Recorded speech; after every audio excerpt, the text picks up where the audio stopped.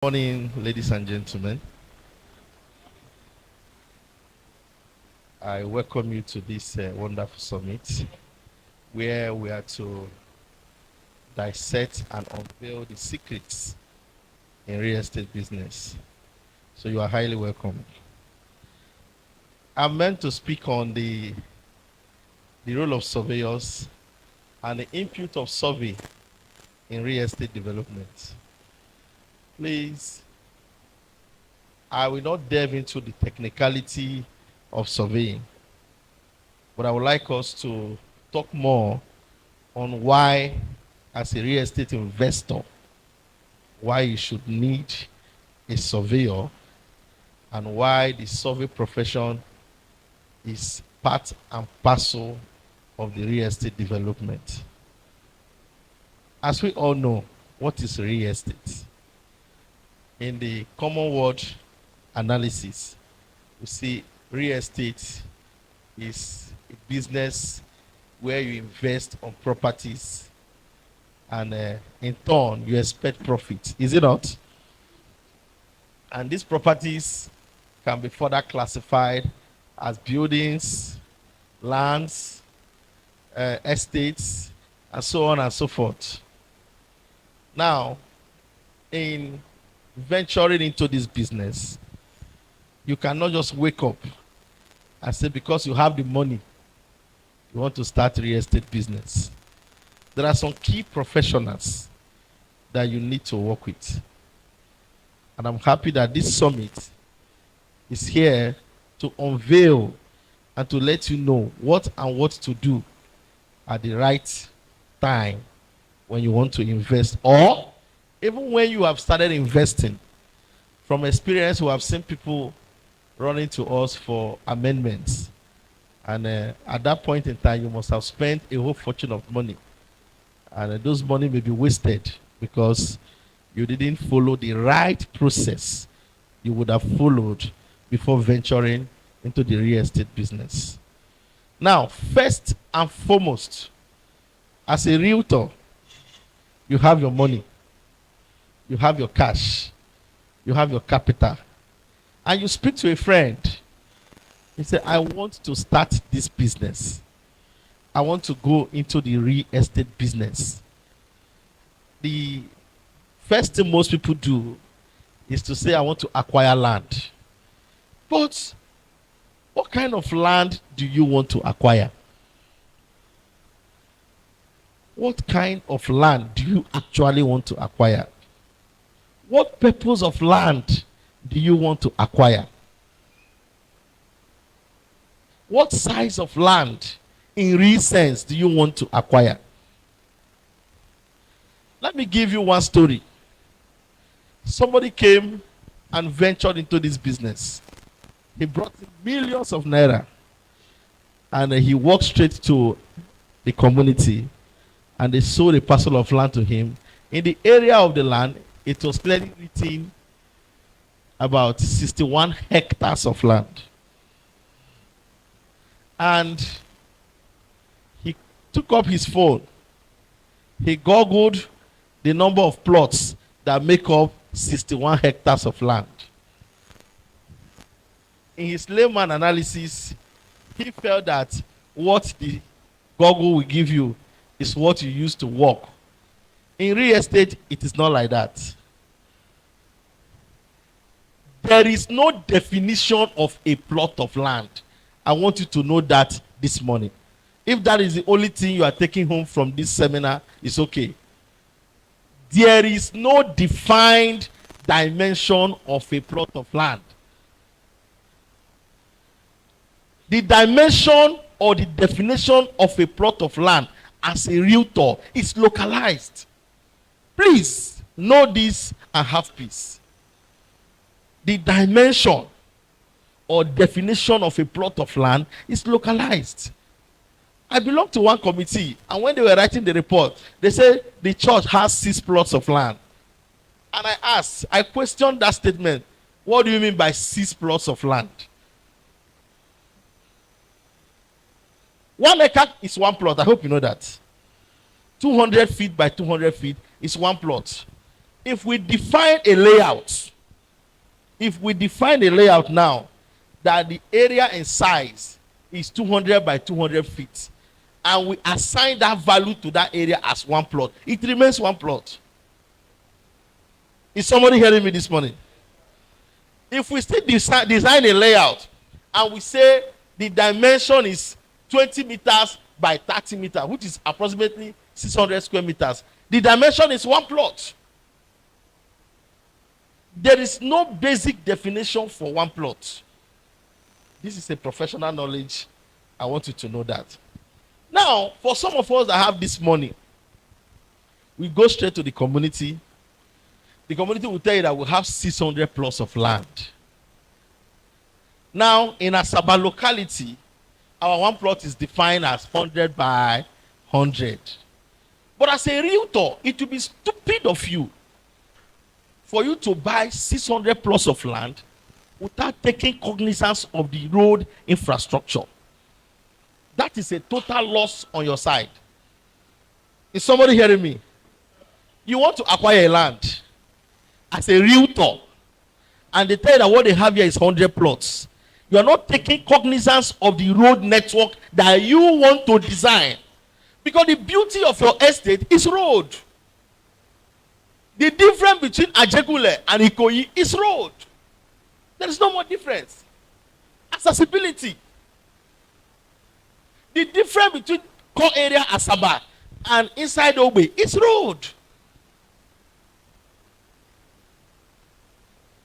A layout that is well designed, you have what they call access road, you have what they call utility places. They will design all these things and put it into cognizance. So when construction is going on, there is what they call building line. Building line in real estate design development is a line that your building must not exceed. No matter what you are building, your building must not exceed that building line. So if we are designing layouts in my office, we highlight it with a blue line and we indicate it building line. No matter what you are building, your building must not exceed this building line. So when you put all these things into cognizance and you bring out your 1 meter drainage, be calculating it. Let's say your building line is 0.5 meters. Your drainage is 1 meter. On both sides, 2 meters. We have what? 3 meters already. Is it not? 1.5 plus 1.5 is 3 meters. Then you now say, what is the width of your road?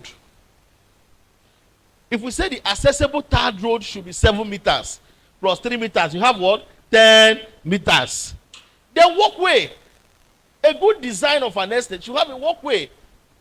At evenings, the residents of the estate should be able to come out from their various homes and have a walk. And if we say each walkway is 1.5 meters, on both sides is 3 meters, that is what? 13 meters. So for a major road in an estate, a good surveyor should be able to lay out at least 30 meters major road for you. These are the things that a class of people looks out before they purchase your property. Now, let us go into the role of a surveyor. The role of a surveyor in real estate business. Number one, the surveyor determines the size, the shape. Number two, the size. Number one, the shape. Number two, and the configuration of your land.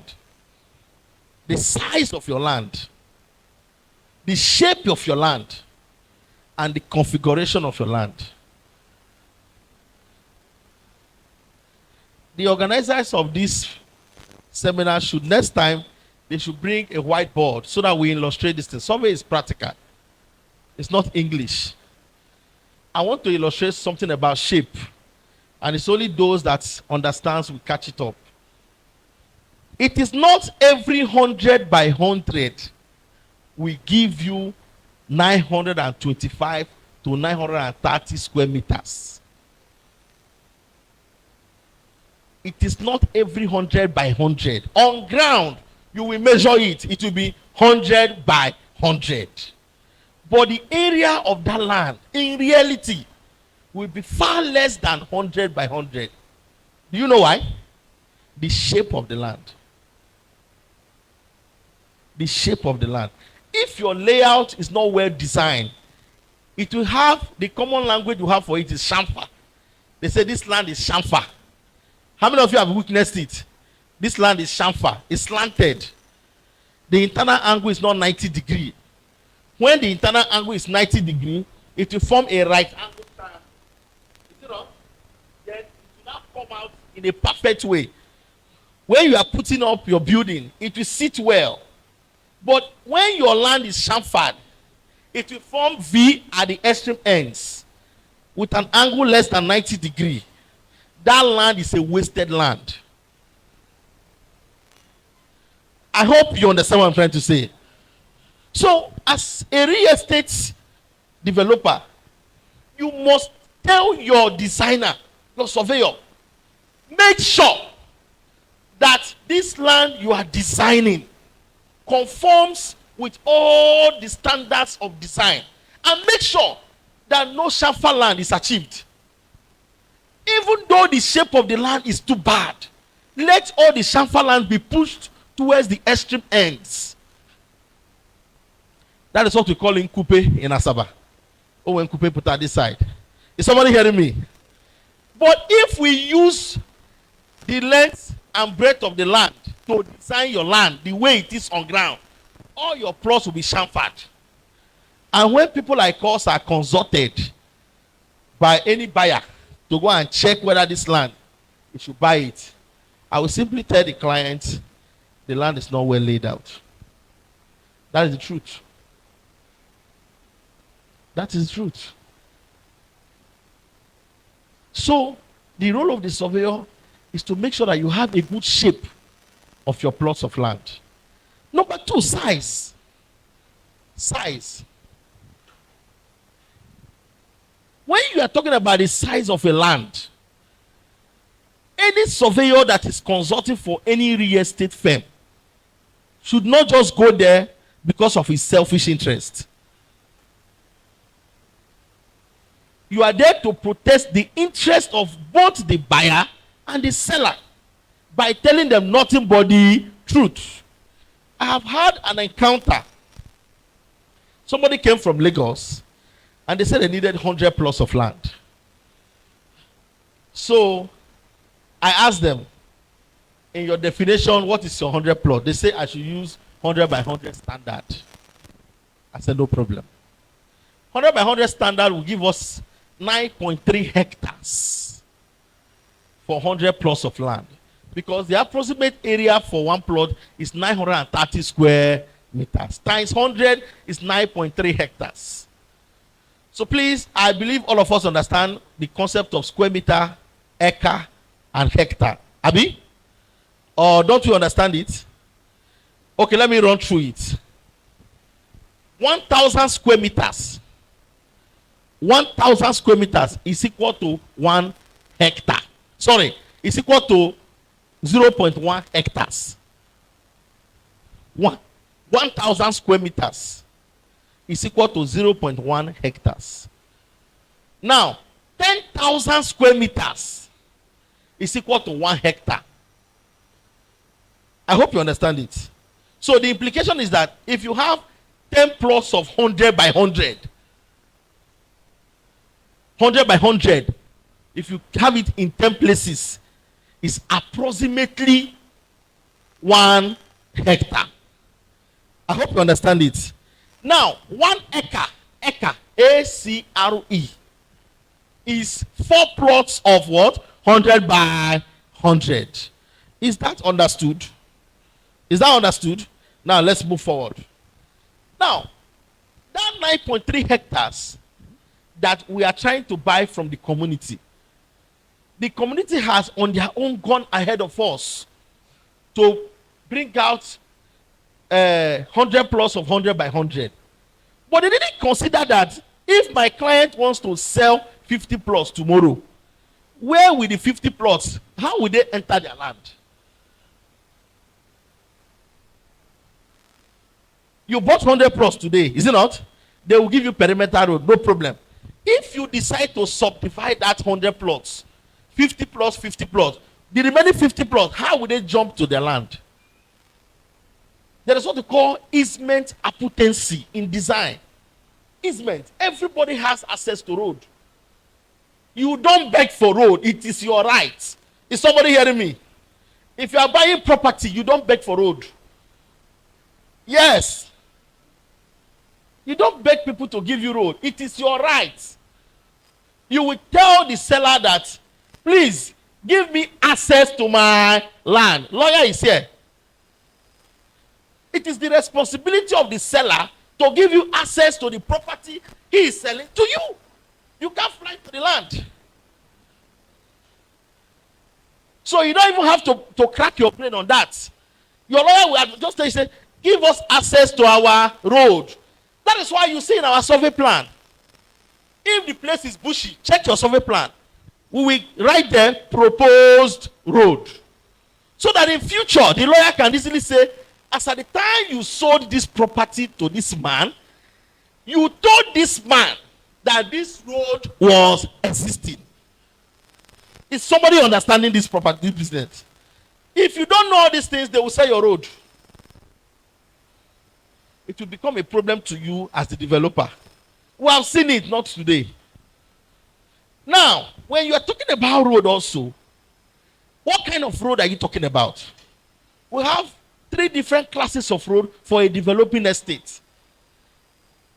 Class A road, which is the major road leading to your estate. Normally, it's always a double lane. It is advised for you to make it what? A double lane. Class B road, which is the major road leading to all other blocks. Then Class C road, which you classify as access to maybe a close or a lane. All this must be calculated before you buy your property.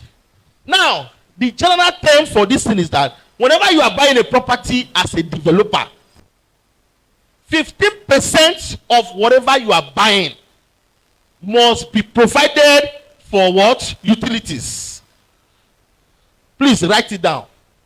50%. Any surveyor that you are contracting must know this.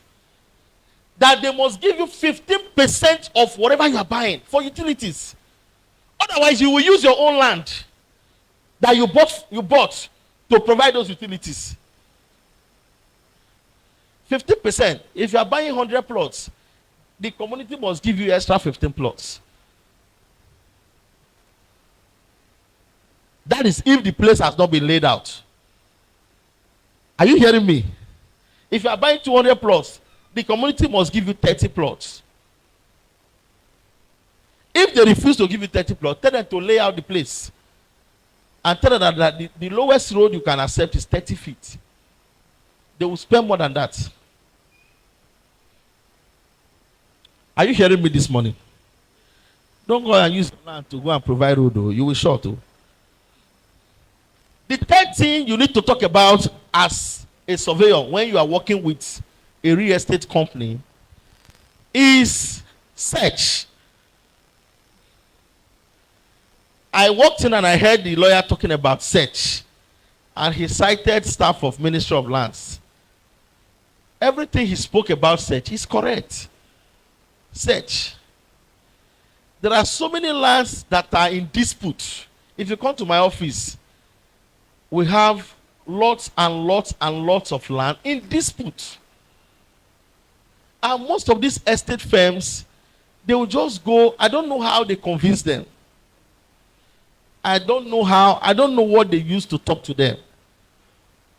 But there's a good news. Everybody say there's a good news. Arable Estate is not part of those firms. Can we please put our hands together for that?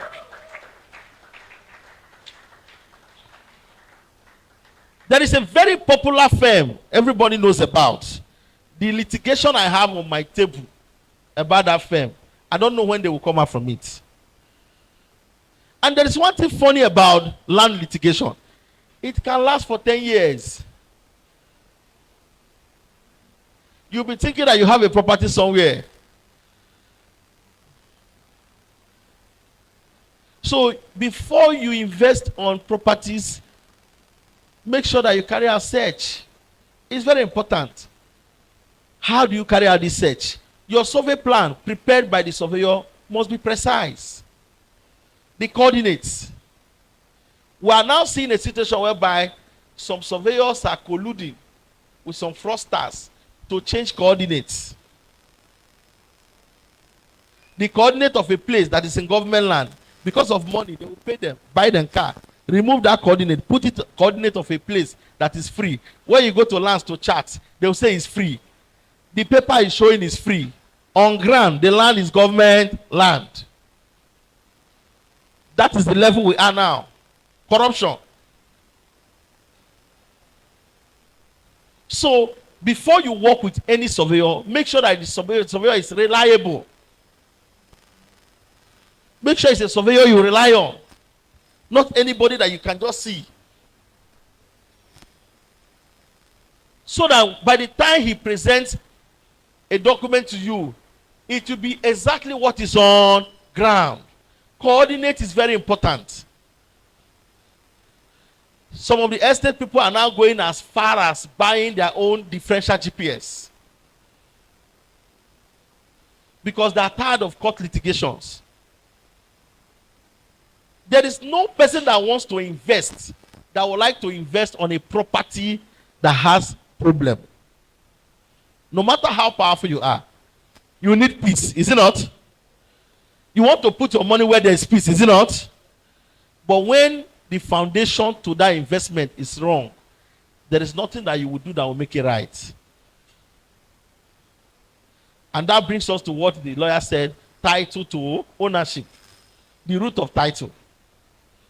You want to acquire land from Obozoma community. You went on ground. You asked Mr. A. Mr. A said this land belongs to Amachai. You asked Mr. B. Mr. B said this land belongs to Amachai. You came back to Obozoma community. They say, no, it's our land. They are struggling it with us. And some people will mumuishly still pay Obozoma community money to acquire that land. And when you are going there, they will give you policemen. Don't you know that there's a problem on that land?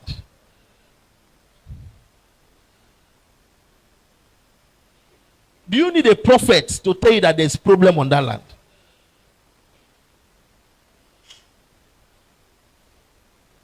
So please, the surveyor's role is enormous. Now you have succeeded in buying your land. You have succeeded in laying out your land. Another problem that we encounter in real estate business is when we go on ground to identify these plots. So many surveyors have deceived real estate practitioners. They will tell them that what you have in your estate is 600 plots.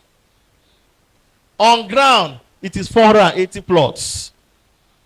On paper, it is 600 plots. The day you will do allocation, there's a problem. Because the company sells on paper. You allocate properties on paper. Plot 1 belongs to Judith. Plot 10 belongs to Jennifer. Plot 26 belongs to Success. Surveyor, go and show us these things on ground. It becomes a problem.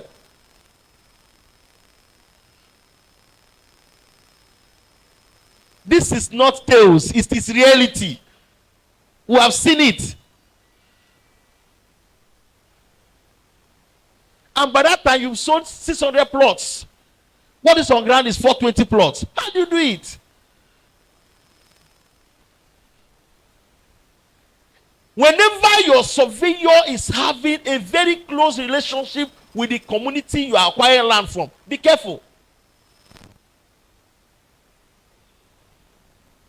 Whenever your surveyor has a very close relationship with the community you want to buy land from, be very careful.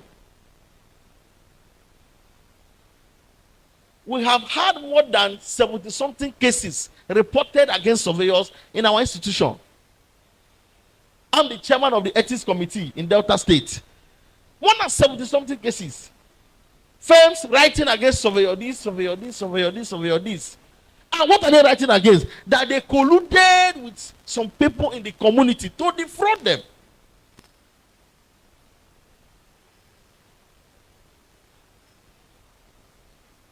The law profession is very important in real estate, but the technicality of real estate is rounded on a surveyor. I start to be corrected. From acquisition, from perimeter survey, to parcelation, to allocation, to production of survey plans that will enable you to get your C of O, everything is round a surveyor. Everything is round a surveyor. So if you are venturing into the business, one major professional that you shouldn't joke with, you shouldn't apply sentiments on, it's a surveyor. They can make or mar you.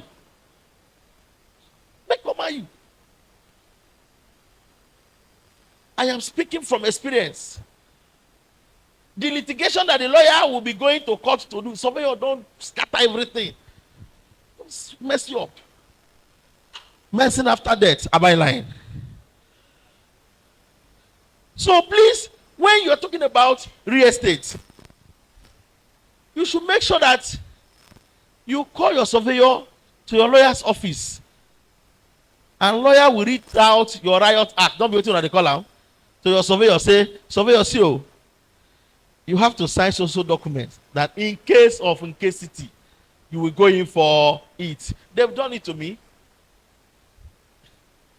2 companies have done it to me. A firm came from Onitsha and they were telling me that I'm the 5th surveyor that they want to contract. And before they give me 1 kobo, that I will sign 1 document and they will snap me. And I asked the man, because you want to give me this money, you want to snap? He said, yes, so. And I obliged. Do you know why I obliged? Because of what he has passed through. He's looking for what? Evidence. I'm not trying to paint the profession, but you have to be careful. Your money is involved. And when you are starting investment, it's not only your money, people's money. The way he will react to his money is not the way he will react to his money. We have seen it. So when it comes to layout, if you have a layout of this nature,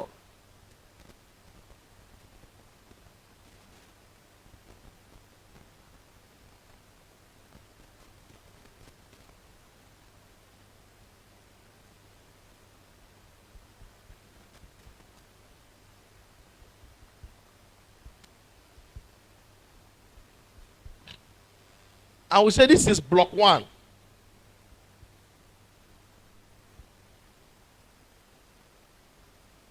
This is block 1 in an estate layout. This estate, for instance, is 200 plus of 50 by 100, which is approximately 100 plus of 100 by 100. And you want to do your allocation.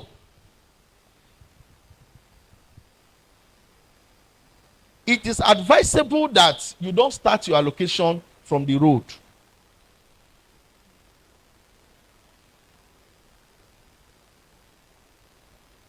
That is number 1.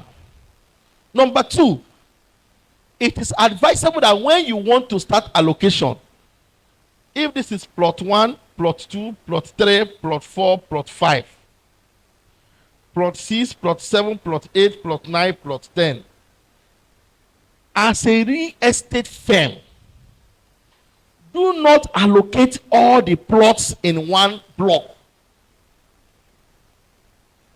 Don't finish the allocation of 1 block. I hope you understand what I mean. As a real estate firm, if you want to allocate like this block 1 now, you can leave plot 1 for the estate firm. Allocate plot 2, plot 3, plot 4. Leave plot 9 for the estate firm. In real estate, there's what we call continuity in price, or price reward in price. That continuity in price means that if in your estate this block is developing faster, it means that this estate is benefiting from this block. I hope you are hearing me. There is no certainty that your estate will develop once when you commission an estate. Once you commission an estate, some area will develop more than another area. If you are selling from the road, like I said, the development will start from the road. And when it starts from the road, right inside your estate, you'll find out that there will be 3 or 4 different prices of a plot of land in your own estate. I hope somebody is catching it. Now, if you are not smart enough to leave some portions of land in each block, you will not benefit from that price change. Somebody that did not labor will come to reap. You are the first developer. There is another set of real estate people that will call the opportunists.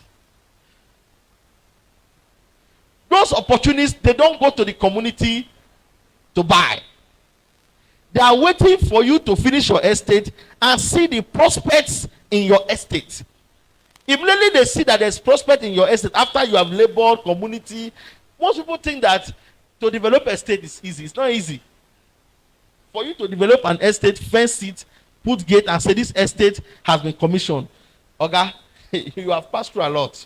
Community crisis, police, fight, these, youths. So they are not got the opportunists. They are waiting for you to finish and commission your estate. Immediately you commission your estate, they will go there, carry out a survey of how the estate is. Pinpoint 1 or 2 places they would like to get. They know that this place must develop. They will just buy it and keep it. It's happening. They will just buy it and keep it. Before you know, people will start building. Naturally, people start building from the road. Even you as the realtor, you will tell people that if you know you are ready to develop, buy the road. Because you want your estate to develop. So as a realtor, if you are selling each block, especially those blocks that are closer to the major road, make sure you don't sell all your lands. I hope you understand it. Now, during allocation, if you are doing allocation, before you do allocation as a realtor, make sure you visit your layout with your surveyor. Go ahead of your clients. Don't go the same day with them. Don't just say, I'm doing allocation on Tuesday. Then everybody, that is the first day you carry your plan and be checking your, no. Tell your surveyor, please make out a day. Let's go together. Show me this plot 10. Show me this. Show me that. Identify them. Have an overview of how your layout is.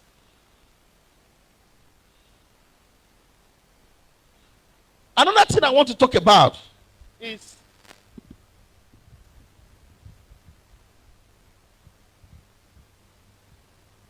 the design of an estate. If you have your estate line, let's assume your estate is along the expressway. This is the expressway. Benin Asaba Expressway.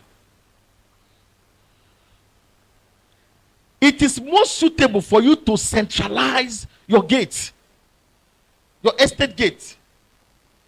This is because by the time you centralize this estate gate, it will give you room for you to have a centralized major road.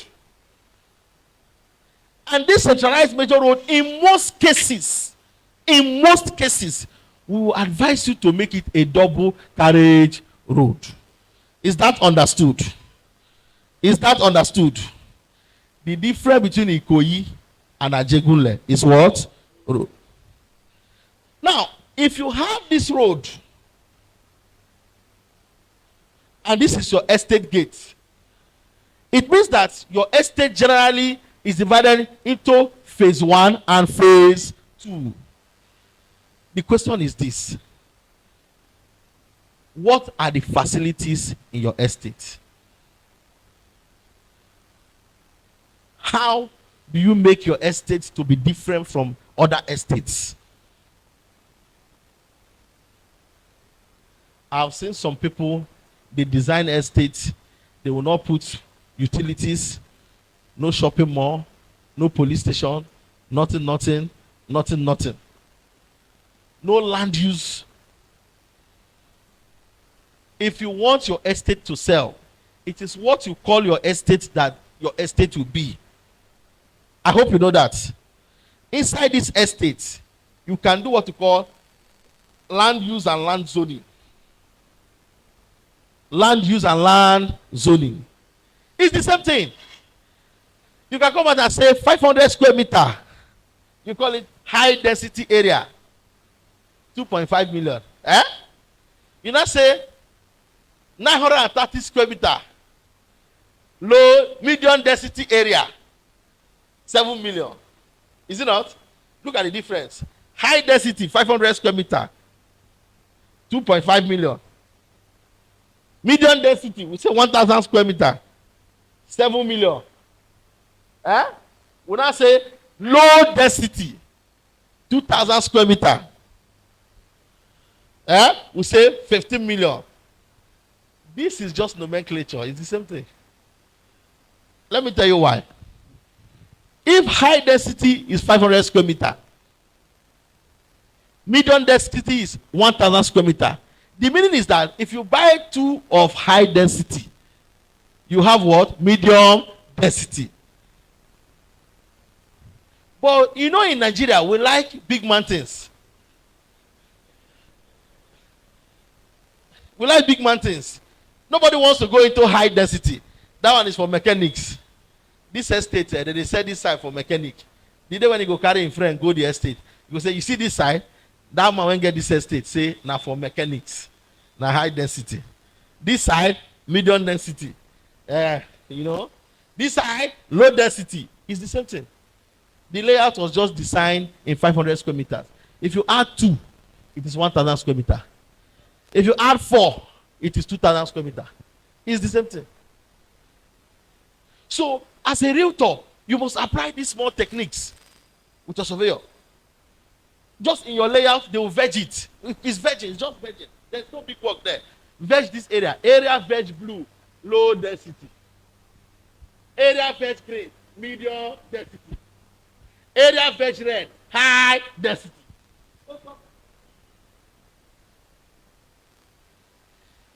But look at the changes in price. 2.5 million plus 2.5 million is 5 million. But you are selling it 7 million. Akonuche. That's why you are a businessman. That's why you are a businessman. 7 plus 7 is 14. You are selling it to what? 15. That is why you are a businessman. But in reality, you are just buying 4 plus of 50 by 100. Are we understanding it? Are we understanding it? Now, another role of a surveyor is documentation. You contract a surveyor to survey this whole estate for you now. The surveyor has done this survey. You have paid him. There is a further process to that document that he will present to you that you call the survey plan. I want you to know that if you have a survey plan that is not lodged, it is as good as a piece of paper. If you have a survey plan that is not lodged, when I mean lodged, the surveyor must go to the Ministry of Lands and Survey, precisely Office of the Surveyor General, to do your proper documentation and pay the said levies. And having paid all these levies, after 2 weeks, there is what we call the certificate of deposit that will be issued by the Office of the Surveyor General. that certificate of deposit, if you don't have it on your survey plans, what you are holding as your survey plan is as good as a piece of paper. When issues will arise, my oga here, they will not tell you. You'll be thinking that you have a document. You file it. Oga will be laughing at you. At your back, they will go and check. I have seen it. I put it to you. The day they will be cross-examining, I will be in the dock. I put it to you that the survey plan you are holding is not lodged. He go quote law for me. Therefore, this plan cannot be admissible. People have lost cases because of not doing the right thing. But that does not mean that when you register it, the land becomes your own. Just like he was talking about C of O. That you have C of O does not mean that the land belongs to you.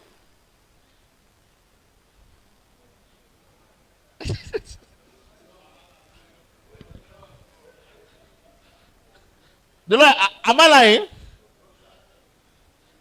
That you launch your survey does not mean that the land automatically belongs to you. Look at the title of the survey plan. Plan showing SHEW.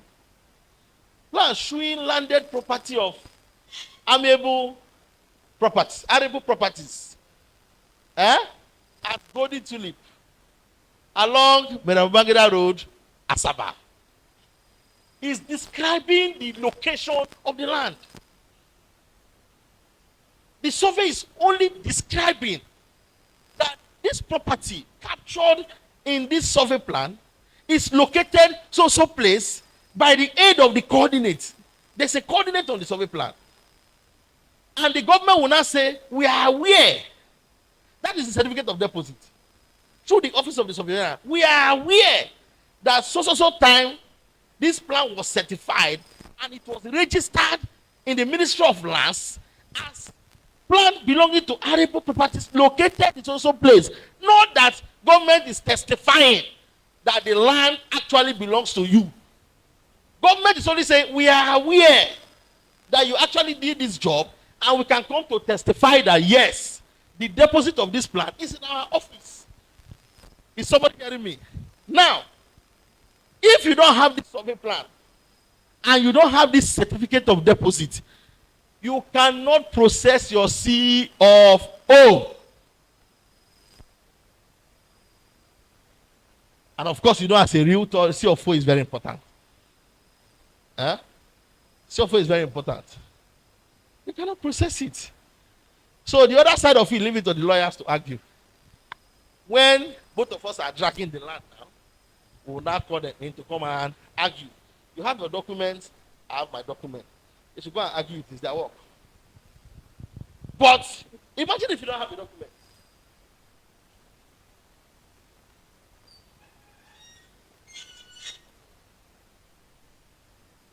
Imagine if you don't have a document.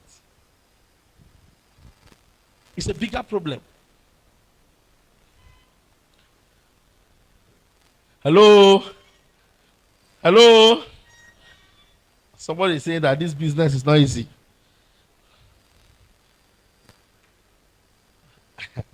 So let's conclude. Why do you need a surveyor? You need a surveyor to carry out a measurement on the size of your land, to determine the best shape of your land, to determine the configuration of your land. What is configuration? Some of you will go and buy a land that is steep. Please, don't buy it. The money to do the foundation is too much. Go for another place. And the surveyor will help you to do your layout designs, do your allocation properly, and your survey plans are well laid out. You will not encounter problems in the mighty name of Jesus. Thank you. Can I answer questions?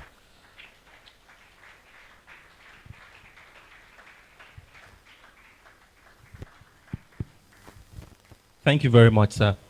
So there's an issue. If a developer acquires a property, carries out the survey, registers with Ministry of Land, surveyor gets the certificate of deposit from the Surveyor General. When individuals buy the parcelated land as plots, they still have to register their survey plan with the office of the Surveyor General, even though the developer had already registered the area with the office of the Surveyor General. The simple answer is yes. But there's an exception to that. There's an exception to that. In survey, you are either registering your perimeter survey plan or you want to register your layout plan. Now, if you say, I want to register my perimeter survey plan, perimeter means the totality of the land around the property. If you register only the perimeter survey plan, if anybody buys from you, they will have to do their own private survey, which in most cases, that is what people do. They register only the perimeter survey plan. Now, if the company has the money to register the layout, there is what we call lifting. That is what is obtainable in most estates in Enugu. You register the layout. When you register the layout, anybody that buys will not register again from Ministry of Lands. They will rather register between you and the surveyor. You enter into a partnership with the surveyor because you have launched the layout. So when you see the title of that survey, it will say plan showing landed property of Mr. Azukadis at plot 1. So layout. In bracket, part of. That part of means that the plan number will bear the plan number of the layout you already registered. I hope you understand it. Because you registered the layout, not the perimeter survey plan. So the simple answer is, if you register the perimeter survey plan, if any client buys from you, they will have to register their individual survey plan. But if you register a layout plan, they will not have to register again. You will only extract from the layout and produce a survey plan for the client. Is that understood? The difference is just the money. More questions?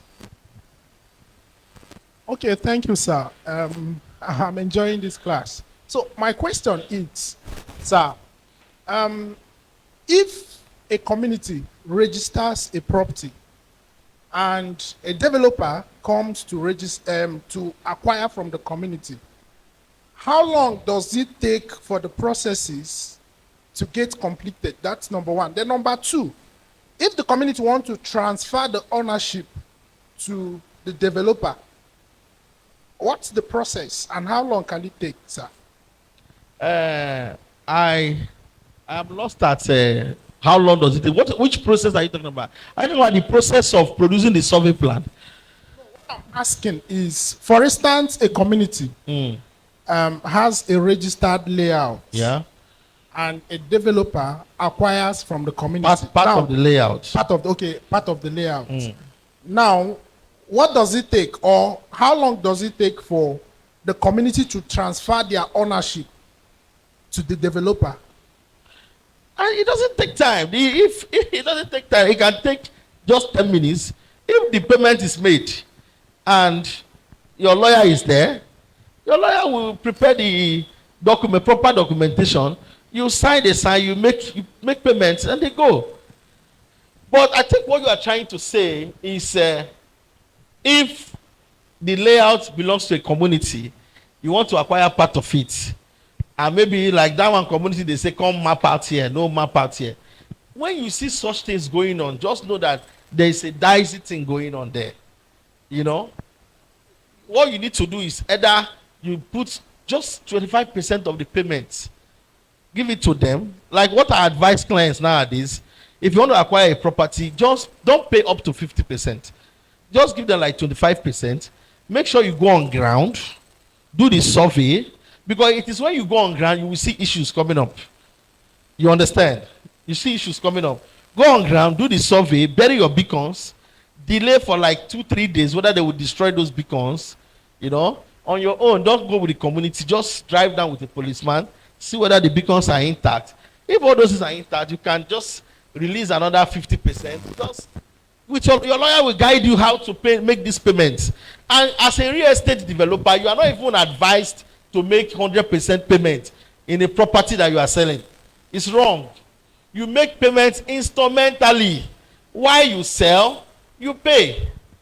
You understand? I'm not here to talk about the economics of real estate, but I've attended a seminar where we talked about the economics of real estate, where you can even start up a real estate with zero kobo, depending on your negotiation ability. If you have the ability to negotiate and the community reposes confidence in you that you should sell and bring back their money, you can start from there. If you have a good marketing strategy, before you know, you have made money to be buying ahead. We have seen people testify to it. I hope you understand. So those documentation does not take time. Anything about documentation does not really take time if you are following the right channel. More questions before I leave? Okay, my question is this. If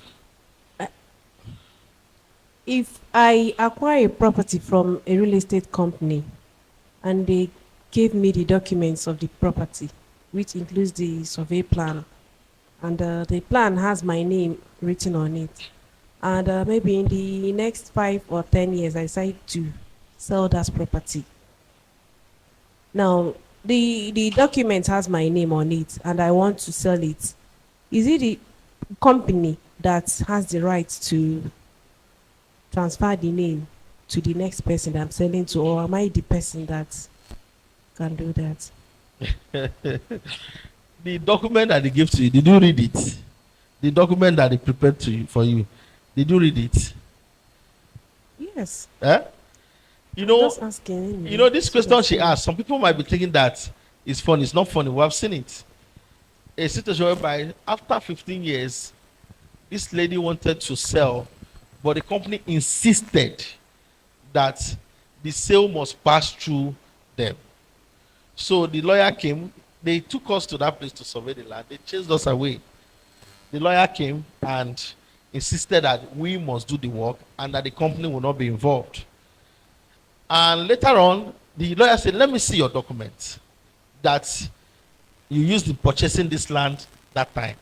In the document, it was clearly stated that there is no transaction that will go on in this estate without the consent of the primary company.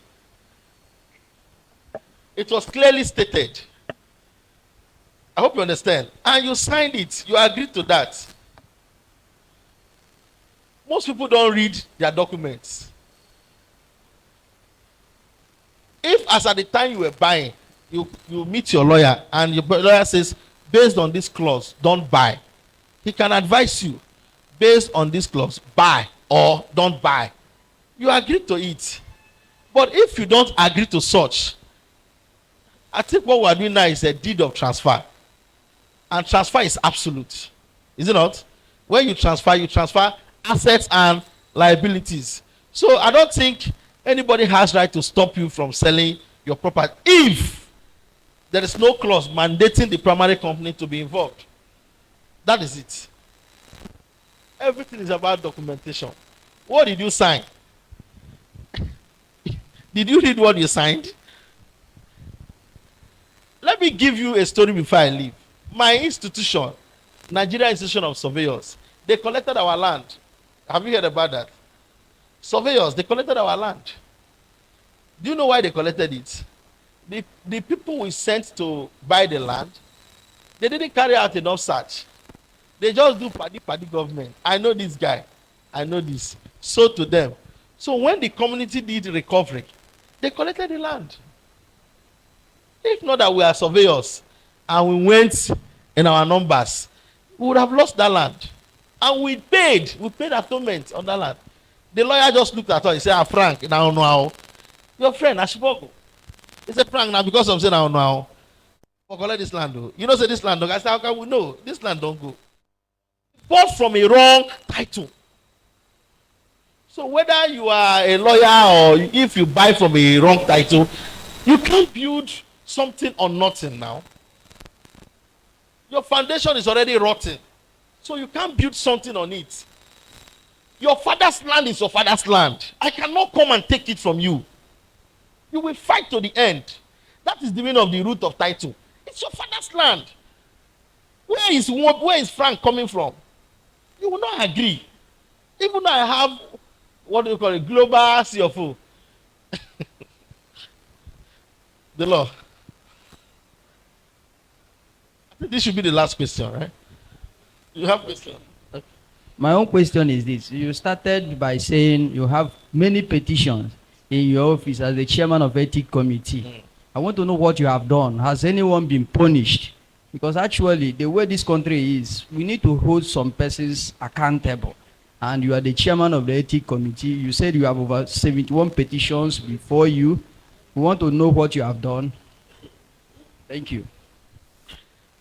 In survey profession, survey is a profession that is highly regulated. Highly regulated. Regulated in the sense that both dead and alive, nationwide, we have less than 6,000 surveyors. Most people you see as surveyors in real sense are not surveyors. You know that. A surveyor is the one recognized by the Surveyors Council of Nigeria. Now, most of these petitions, the law, are petitions written against non-members. People parading themselves as surveyors. There is no way you can hold them because they are not bound by law. Yes, if I do something now, he can write a petition against me.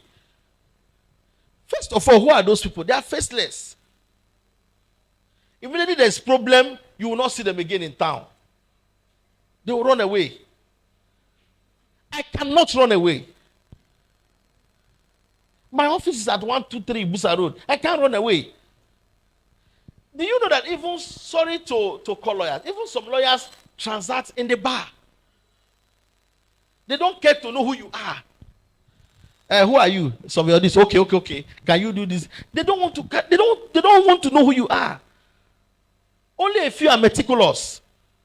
We have seen it. You see somebody say that I met him at so hotel. We met. We agreed. I released money. Who is the person you are releasing money to?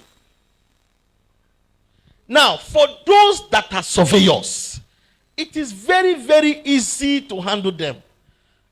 There's what they call pillar number. You give me survey, I come to your land to survey, I put in my pillar number. Each pillar number has a preface and a suffix ascribed to one individual surveyor. If you are found wanting, once we investigate you and you are found wanting, in some cases the penalty is for you not to practice for 3 months. 3 months you will not be issued pillar numbers. In some cases, the penalty is for you to pay fine and do a particular project. So when you go through the Survey Coordination Act, you will see the penalties there. They're all there and we apply it. But the challenge we have that if we have 1,000 surveyors in Asaba, the qualified genuine surveyors are just 70. 930 are either quasi-surveyors or attachees. What do I mean by attachees? They want to register, but they are not registered yet. Will you say that you will not work on them? No. Before I got registered in 2015, I worked under somebody. I was an attachee. I hope you understand it. So when that kind of petition comes, the only thing we do is to call the person, because you can't use the act of the law to hold that person. He's not a surveyor yet. We call them surveyors, but by law, they are not surveyors. I don't think if you understand. So you call them, you caution them. But when it is me, the law can hold me easily. That's just it.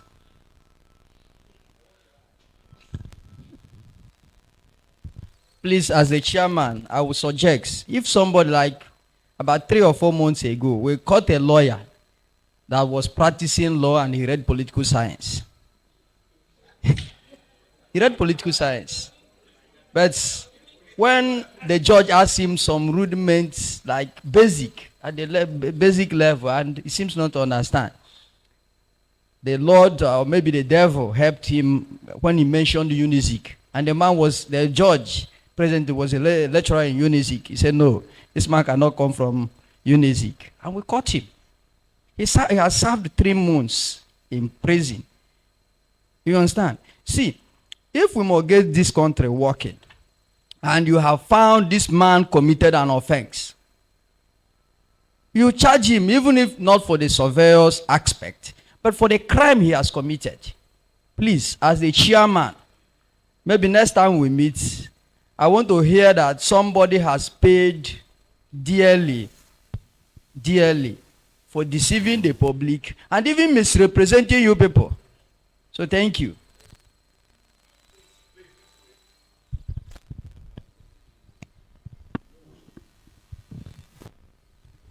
Surveyor Franklin will be my friend. I really want to thank you for this high expose you have given to us. And while you were on, I really enjoyed myself. Now, coming to my question, just as you said that size of land is, price of land differs from place to place. Now, some people buy land in large acreage or hectareage for land banking.